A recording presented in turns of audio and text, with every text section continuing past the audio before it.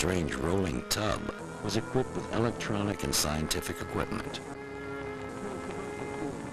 From Moscow, Georgy Babakin could then issue specific instructions concerning the development of the chassis and the autonomy of the motors assembled in Leningrad.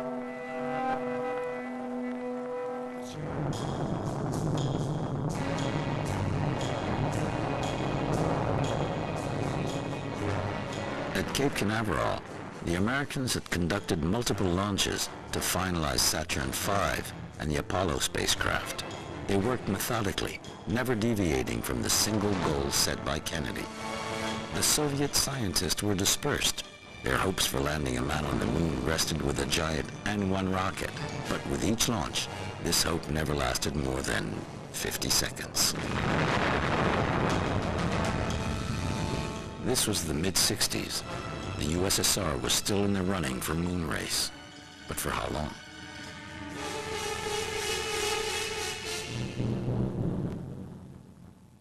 In January 1966, Sergei Korolev died during a routine surgery. The USSR gave a national funeral to the man who masterminded the country's first successes in space. Korolev is buried at the base of the Kremlin. With him, the Soviets buried many of their hopes for reaching the lunar surface before the Americans. Georgy Babakin had to rebuild the confidence of his team. The Lunokhod tests started up again in full force. They were now conducted in Moscow and Leningrad, often 24 hours a day.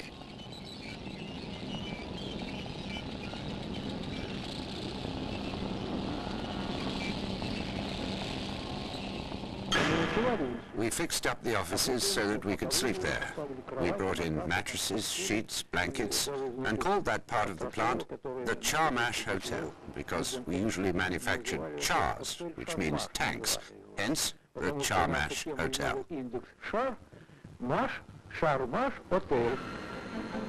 A new device appeared on the Lunokhod, a lid the inventors nicknamed the frying pan, which had a solar panel on the underside. This was a crucial invention. During the 2 weeks of the lunar day, the unfolded lid would provide energy to the drive wheels and to the instruments inside the compartment. During the 2 weeks of the lunar night, the lid would close to protect the rover from the cold. But with temperatures of minus 275 degrees Fahrenheit, no one could be certain it would be enough. Lunokhod designed itself the thermal control system with the radioactive heater and the lid that shuts and opens, which also serves as a solar collector during the day. That thermal design was very ingenious. A polonium-210 radioactive power source, which powered a generator, was fitted to the back of the Lunokhod. During the lunar night, the heat shield closed and the generator heated the gas contained in the insulated and pressurized compartment. To withstand the temperatures of the lunar day, which could reach 320 degrees Fahrenheit, the Lunokhod was protected by a ventilation system. A gas circulated in the compartment when the electrical equipment generated too much heat. The heat was then discharged outside via a thermal exchange unit. Very soon, the small rover would be ready to drive on the moon. But the program still needed to find men who could drive it from a distance of 250,000 miles.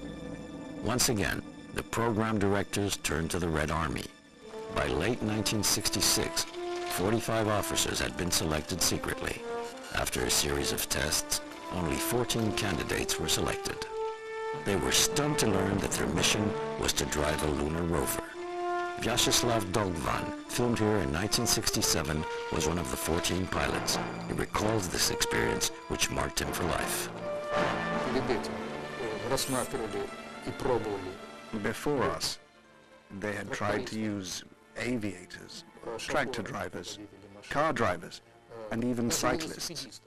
They selected men who know how to assess a situation rapidly and who could memorize and reproduce this situation immediately.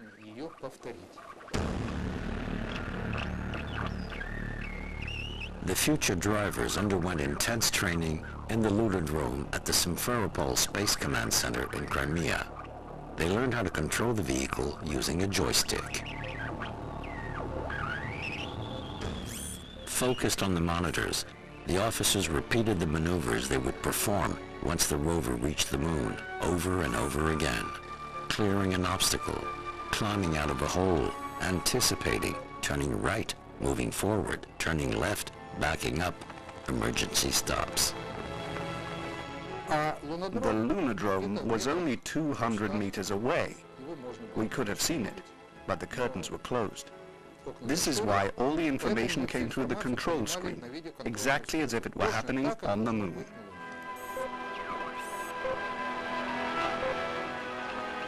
There was a 30-second lapse between a command issued on Earth and its execution on the moon.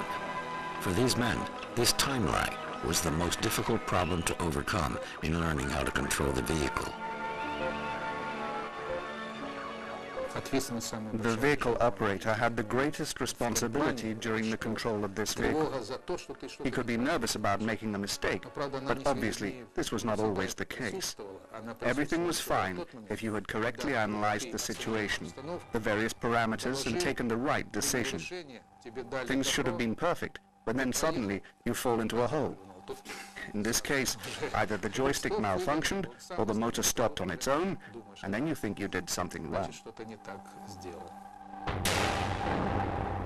Vyacheslav Dogvan and his colleagues were well aware of the importance of their mission. In this battle engaged with the United States, the destiny of the USSR was in their hands. And in a country where the fear of the Gulag still existed, the anxiety of failure was palpable. In November 1968, a pilot crew was ready. But a decisive round was playing out on the other side of the Atlantic. December 21st, 1968, the Saturn V rocket was carrying 3 American astronauts aboard. For the first time, in the Apollo 8 capsule, men were orbiting the moon. On their side, the Soviets managed to place 2 probes on the surface of the coveted goal. The success of Luna 9 and Luna 13 provided a wealth of extraordinary photographs and crucial information about the lunar surface. But with the repeated failures of the N-1 rocket, Russia no longer had any hopes of reaching the moon before the Americans. 2 men could still save the honor of the Soviets: Georgy Babakhin, Alexander Kemurjan and their secret box, the Lunokhod. Babakhin's group was putting the final touches on the rover in Moscow. There were no more problems with the compartment's resilience and the separation of the elements from the lunar landing platform. All the scientific instruments were installed and the components operated perfectly in a void. The ramps leading down from the landing platform were operational. The helical and whip antenna, which received electromagnetic waves, responded to more than 200 commands for controlling the rover.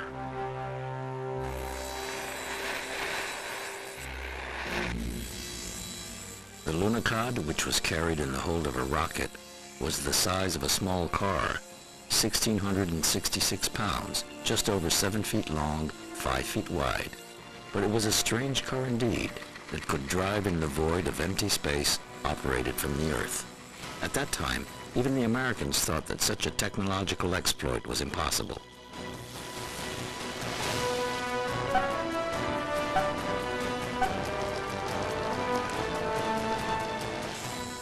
In early 1969, the small rover was fitted into its landing module. Then both were finally placed in the upper section of the Proton rocket. The Lunokhod was ready. After a decade of feverish preparations, the race to moon was closing in on the final sprint.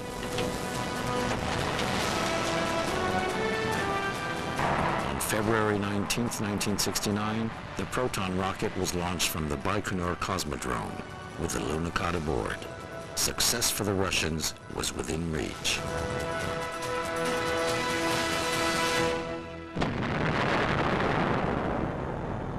That day, more than a rocket went up in smoke, more than a lunar rover prototype. It was the hopes fueled by a decade of hard work.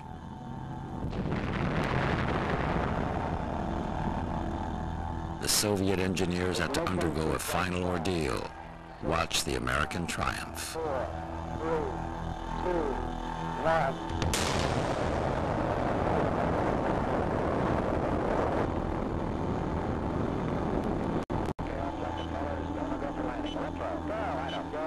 On that unforgettable day of July 21st, 1969, Neil Armstrong dedicated the American victory on the moon to all of mankind.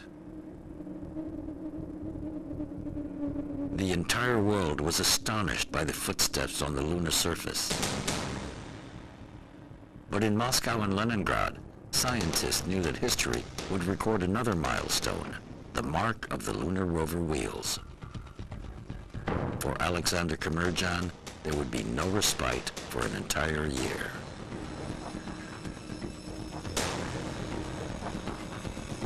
On November 10, 1970, the Soviet pilots and technicians were huddled in the control room at the Simferopol Space Center. Several thousand miles away, in Baikonur, the countdown had begun.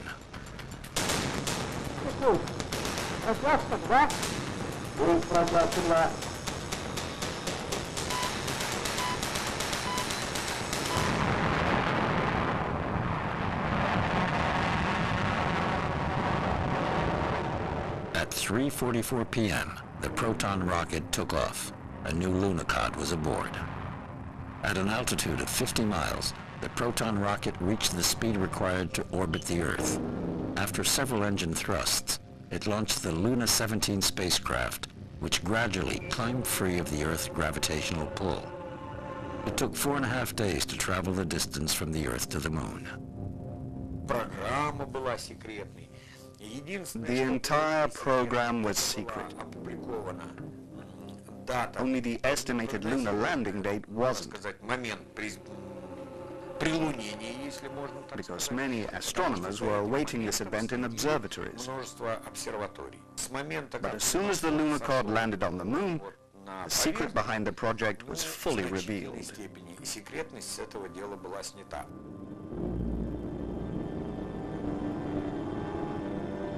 The lunar landing site had been carefully selected. After orbiting the moon for 48 hours, Lunicod 1 started its historic descent. On November 17, 1970, Luna 17 made a soft landing in the Sea of Rains and settled on the lunar surface at a 4-degree angle. I experienced this moment as an amazing burst of emotion. When the landing platform touched down on the moon, it was tremendous. The flight engineer shouted, "The lunicod has landed on the surface of the Earth." He quickly corrected himself, "The moon." Everyone burst into applause.